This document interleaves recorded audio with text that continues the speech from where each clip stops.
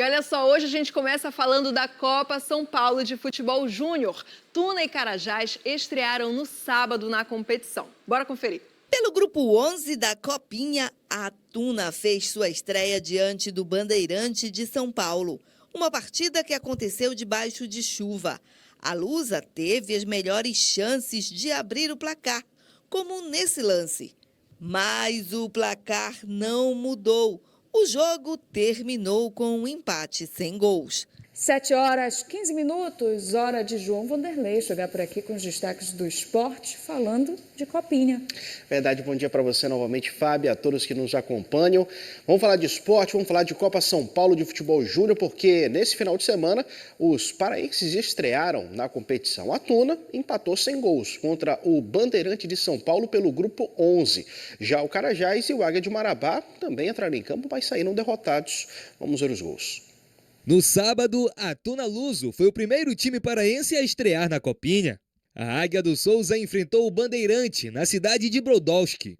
A partida foi pelo grupo 11 e ninguém balançou a rede. 0-0 foi o placar final.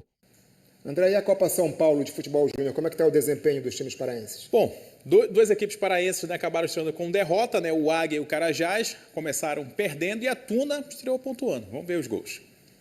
No sábado, a Tuna foi a primeira equipe a estrear na Copinha, no sábado. A Águia do Souza enfrentou o Bandeirante na cidade de Brodowski.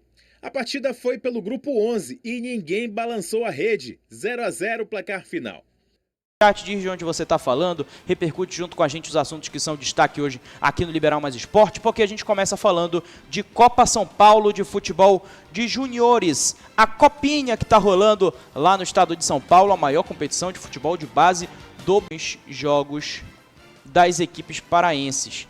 Deixa eu pegar o primeiro jogo aqui, que foi o jogo do Grêmio Prudente diante do Carajás. O Carajás perdeu por 2-1, infelizmente, perdeu de virada. Esse jogo aconteceu no sábado.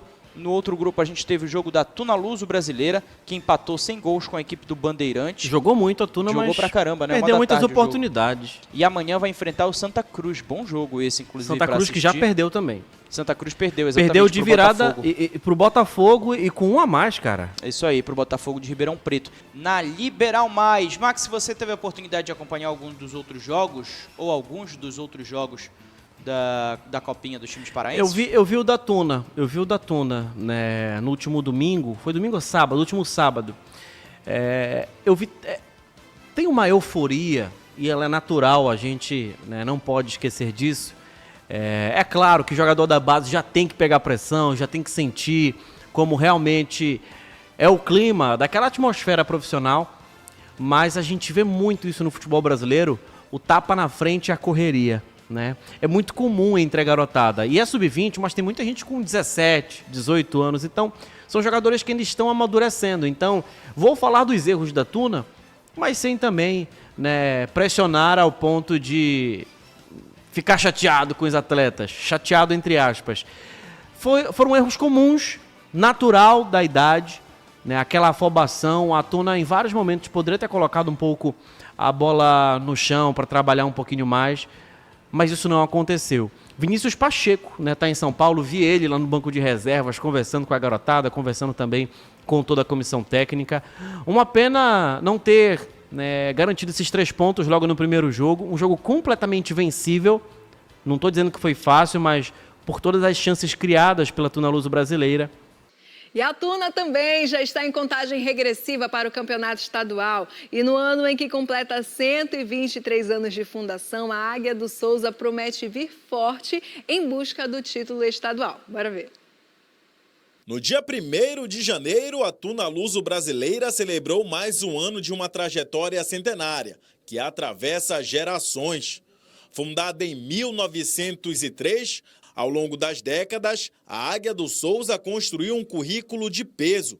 São 10 títulos do Campeonato Paraense e feitos históricos no cenário nacional. A Tuna foi pioneira. Foi o primeiro clube da região norte a conquistar um título do Campeonato Brasileiro com a Série B de 1985. Em 1992, voltou a fazer história ao levantar a taça da Série C. Hoje estamos celebrando 123 anos de uma história construída com paixão, tradição e orgulho. A Tuna Luso Brasileira é mais do que um clube, é um patrimônio do esporte paraense e brasileiro. São gerações de atletas, dirigentes e colaboradores que ajudaram a manter viva a nossa identidade. Mais de um século depois, a Tuna segue viva, presente e olhando para a frente. Um clube poliesportivo, com raízes no esporte e forte ligação com sua torcida. Aqui no Estádio do Souza, um cenário de tantas histórias. A Tuna Luso segue viva na memória do torcedor. Mais do que um clube, a Lusa representa a tradição, resistência e um legado que atravessa o tempo. Pensando nas competições da temporada, o elenco cruzmaltino já iniciou a pré-temporada. Os trabalhos começaram no dia 18 de dezembro e seguem em ritmo intenso.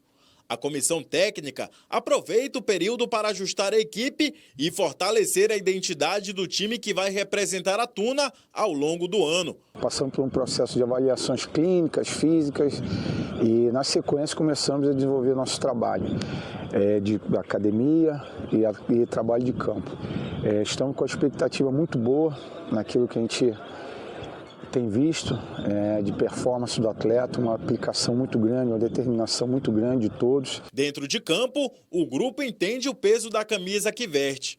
Mais do que uma temporada, o desafio é representar uma história centenária. A gente está vindo muito forte já para essas próximas semanas. Vamos ter amistosos preparatórios aí para o Paraense. Então a gente tem tudo para continuar evoluindo e chegar a um nível muito bom para chegar nas competições muito forte. Aos 123 anos, a Tuna Luso Brasileira segue firme, como parte da história do Pará.